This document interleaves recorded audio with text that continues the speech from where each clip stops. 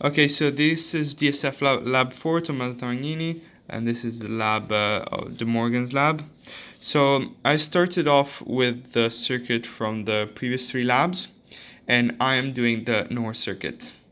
So I started by placing the quad NOR chip and connecting pin 14 to VCC through this white wire and pin 7 to ground through this other white wire. Next, I connected pin 3 of the 555 chip to pin 12 of the quad NOR chip through this big blue wire. Then I connected switch 1 to pin 11 of the quad NOR through this yellow wire.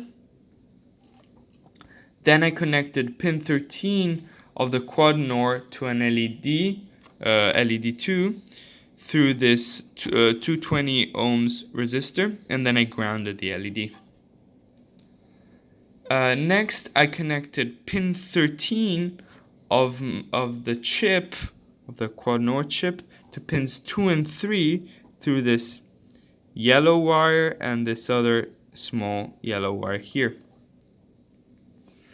Next, I connected pin 11 of the chip to pins 5 and 6 through this yellow wire and this other smaller yellow wire.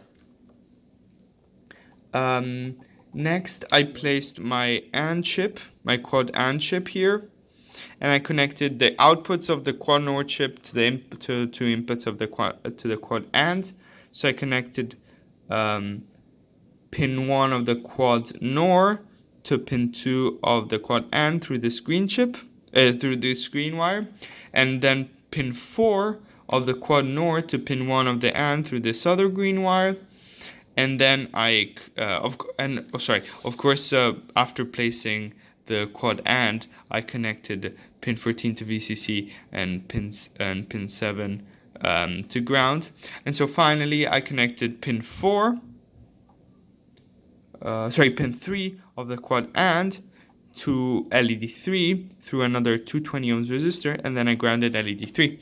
So when I switch on the circuit, I see that when A equals 0, so switch B is pressed, I can see that LEDs 2 and 3 are the same and they flash out of sync with LED 0, while if I press switch 1, which makes A equals 1, I can see, and A equals 1 is shown by LED 1 being 1, I can see that the LEDs are both off. And this makes sense from the truth table that I showed in my reports. And so this demonstrates De Morgan's law, because both LEDs 2 and 3 have the same are both on and off at the same time, both when A equals 1 and A equals 0.